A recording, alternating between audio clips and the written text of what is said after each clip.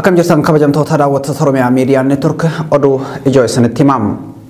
Oduu keenya jalqabaatiin umrii guutuu waa'ee tokkummaa Oromoo lallabaa kan ture artistiin Nuhoo Goobanaa du'aan addunyaa kanarraa Majjii 18 bara 2022 boqoteem. Boqochuu isaa hordofee dinqisiifattoonni isaa fi uummanni Oromoo bal'aan gumaacha aartii fi qabsoo guddaan artistiin gameessi kun taayisaa ture kaasuun faarsuu irratti argamu.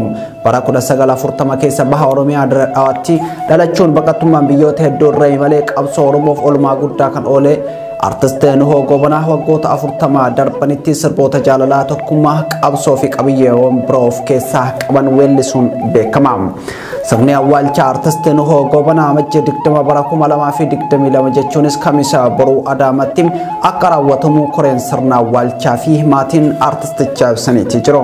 Nuhoon kabaja isaa maluun sirni geggeessaa taasifamee fi kamisa boruu Adaamam bakka ganda haaraa jedhamutti sirni awwaalchaa isaa kan raawwatamu ta'uu miseensi koree qindeessituu sirna awwaalchaa Nuhoo Goobanaa gaazexeessituu Masarat Dhaabaa OMN'f ibsiteeti jirti.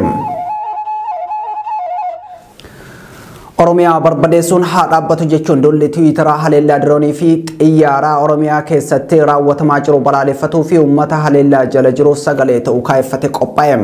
Yeroo ammaa kutaalee Oromiyaa garaagaraatti haleellaan diroonii fi xiyyaaraa geggeeffamaa jiru nu yaaddeesseera kan jedhan qindeessitoonni duula kana gochoota Oromiyaa keessatti raawwatamaa jiran addunyaa beeksisuuf duulli qophaa'e kun akka Oromiyaa galgala sa'a 11 irraa eegalee kan geggeeffamu ta'uu ibsaniiti jiru.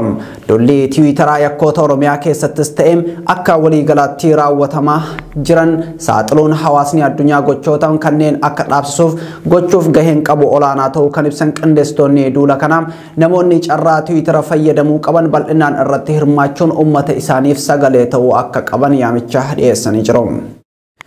Federeeshiniin waldaalee hawaasa Oromoo biyya Awustiraaliyaa hoogganoota adda bilisummaa Oromoo dabalatee hidhamtoonni siyaasaa Oromoo manneen hidhaa Itoophiyaa keessatti argaman hundi atattamaan akka hiikamaniif gaafate.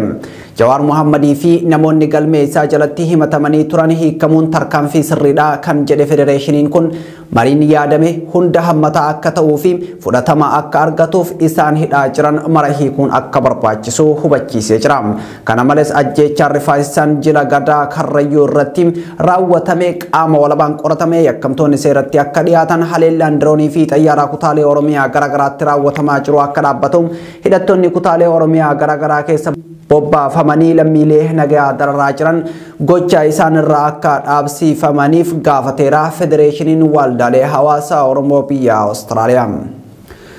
Karoorri Oromiyaa diiguuf godhamaa jiru sadarkaa hamarraa gahee jedhan qondaalli duraanii ODP.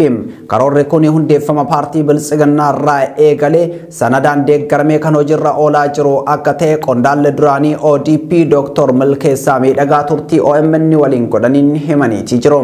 Karoorri eenyummaa sabootaa balleessuun eenyummaa tokkicha ijaaruu irratti fuulleffate kanatu sirna barnootaa keessaan dhufaa jira jedhan waa'ee atakaroo asxaa biiroo barnoota Oromiyaa irratti yaada kennaniin.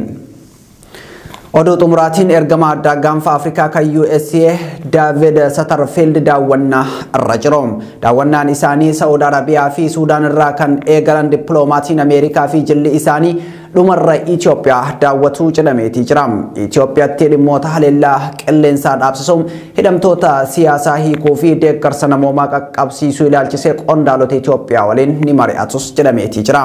Marii biyyoolessaaf dhimmoota bu'uuraa mijeessuunis ajandaa ijoodhaas jedhamaati jira. Oduun ijoo ammaaf qabanne kana fakkaata.